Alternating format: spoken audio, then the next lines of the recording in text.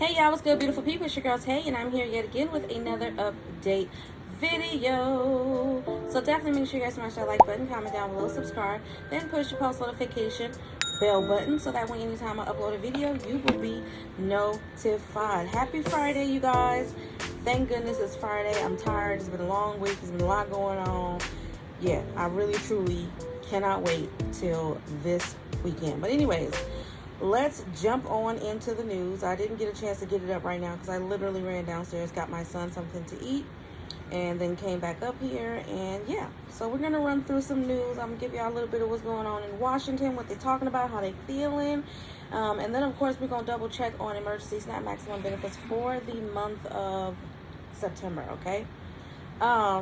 First thing that I think that you guys would really like, because it definitely excited me when I saw it, says that the public health emergency appears to be headed for an extension. So if you're not familiar, the most recent extension actually is to October the 13th. It says HHS had extended the emergency declaration through October the 13th and pledged it would give states and health providers 60 days notice before it ends.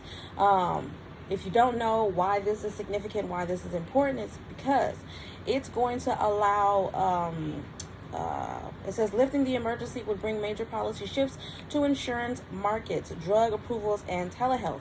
It also keeps in place a higher share of federal Medicaid spending if states offered continuous coverage to enrollees, avoiding the program's usual churn. Ending the emergency would lead states to determine whether their Medicaid enrollees are still eligible for coverage, a huge undertaking that could result in millions of Americans being removed from the program. So a lot of people would lose their eligibility right now because a lot of them are getting the benefits that they're getting, whether it's from Medicaid, Medicare, or whatever, based off of the public health emergency being in place, okay? Right now, where things stands, after a long plateau, the number of virus cases have been falling, and wastewater surveillance data has shown declines for 3 straight weeks, okay? Basically, if they can keep the... That's not what I was about to say, you guys. Bear with me. My brain literally just went blank. But basically what they're trying to do, what they're discussing, is the possibility of keeping the state of emergency going on for another 3 months. So it's already extended to October. Then we have, November, December. Yeah, November, December. So basically until January of 2023. Now, while this hasn't happened yet, we still have some time to wait and see what's going to happen. That is a wonderful thing, because if you guys are aware, that is one of the reasons why everybody is still getting the emergency SNAP maximum benefits that you guys just love for me to talk about here on this channel. It's because of the public emergency declaration. Okay, now some states have already rescinded that on a state level, and that's why some states are not getting these benefits, but it's in place as a whole on a federal level. So the state's governors, and I'm saying this because I noticed that there was a question yesterday in the comments where someone had asked why certain states don't give out the emergency SNAP benefits or even the tax rebate checks or whatever that's going out in some of the states. And the reason for that is your governor, and that's why I've been trying to drill it in you guys' head this year, that regardless of whether you identify as Republican, Democratic, liberal, moderate, conservative, whatever you want to identify as, I don't identify with none of them, but be mindful of the people that you're voting for if you vote. If you vote, be mindful, because 9 times out of 10, it has a lot to do with the governor and what he believes in. And if he is one of those politicians that don't care too much to help the American people, doesn't think that there is a need, nor will it ever make sense to them to give money and any extra resources to the American people, that's something that you need to take into consideration when you're down there filling in them bubbles, okay? Moving on from that. So Biden's has been pushing and addressing the issue going on with women not having the right to choose whether or not they want to carry a baby to term. And I've been seeing a lot of articles going around about that too. I actually saw another article where it had a caption, or I don't know if it was real or if it was how do you say when someone doctors up a Photoshop photo, but there in the photo it was a banner. It looked like it was on a fence or something, and it said racists need to wear condoms, okay? And I was like, I don't know if this is a joke, are they being serious? It's almost the energy that I got from that is almost like you're trying to say that it's okay, but just wear some protection.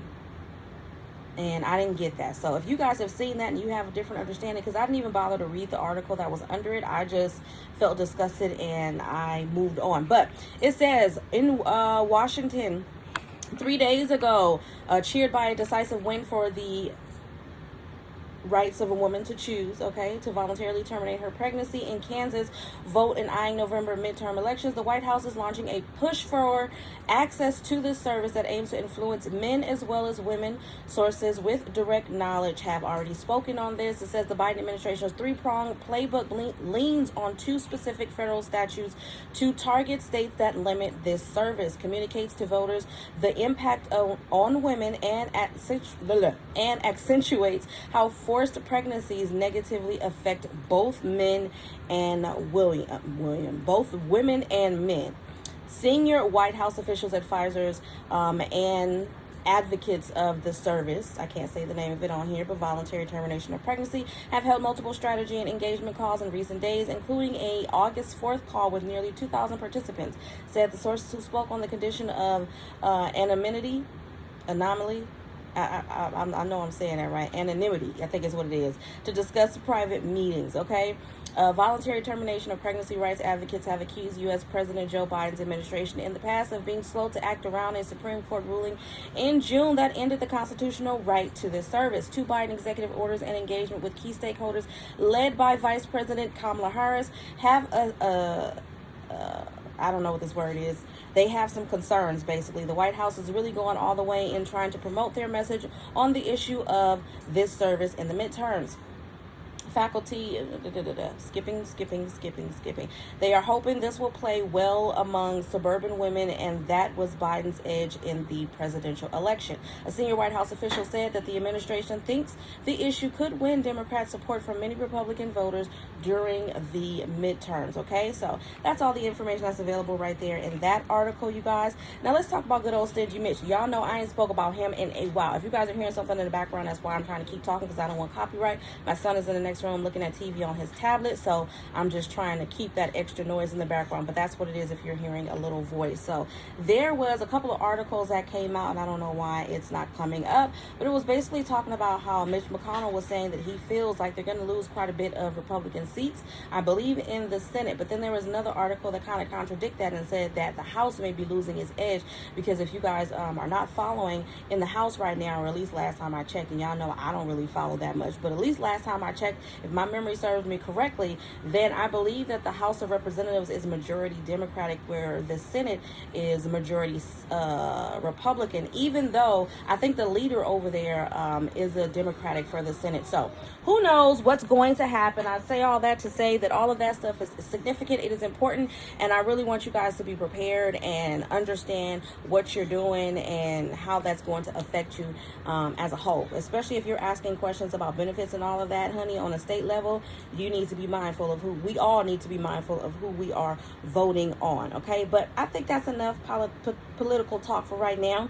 I'm going to end off with emergency SNAP maximum benefits for the month of September. So let me go to that. Now, I'm not going to give you all of the payout dates because I did go over that in yesterday's video. So if you didn't get a chance to see it, definitely check that out. But if there are some additional states as of now that I didn't give you guys yesterday, then I will give you that. So currently we have Maine, New Jersey, New Hampshire, Rhode Island, Washington, and Wisconsin. I think we had 1, 2, 3, 4, 5, 6. We had 5 states yesterday, and I believe Maine is the one that is new. So I'm going to take a look at Maine right now and give you guys that information. For Maine, we have, come on now. For Maine, we have September the 9th for September benefits. You know what? I'll just give you guys all of them. It's no big deal. For New Jersey, I just don't have them written down, so I literally have to look them up one by one on my phone to give you the information. For New Jersey, it is going to be September the 1st through the 5th, and then we're moving on to New Hampshire. New Hampshire looks like it is going to be, what is it? September the 1st and the 16th, and then October the 21st. So September the 1st and 16th, and then October the 21st. Okay, so 3 dates for New Hampshire. Then we have Rhode Island. Looks like Rhode Island is going to be September the 3rd. Rhode Island, September the 3rd. Washington, we have between the 2nd and the 20th of September for Washington. And then last but certainly not least, according to right now, some more states could be approved after I'm done with this video, but as of right now, we have Wisconsin being the final state.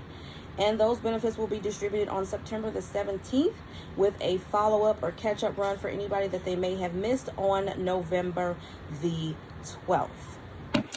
All right, you guys, as always, I hope this information was in some way helpful or useful to you guys in the least little bit. Do me a favor if you haven't already. Don't forget to smash that like button because it really does help to let YouTube know that you like what I'm doing and you want me to stick around. Also, let's drop some white hearts down below. Let's go into the weekend with positive thoughts, clarity, peace, all of that good stuff, okay? Drop some white hearts down below in the comment section. Let me know you made it all the way to the end of the video. As always, I'm going to encourage you guys to head on over to my beauty and lifestyle channel. Check that out. The link will be down below in the description box, as well as a link for Amazon Prime, which you can try 30 days free on me. And if you are a EBT recipient, I know I haven't mentioned this in a while, you get your stuff delivered with me between 24 to 48 hours if you are an Amazon Prime member.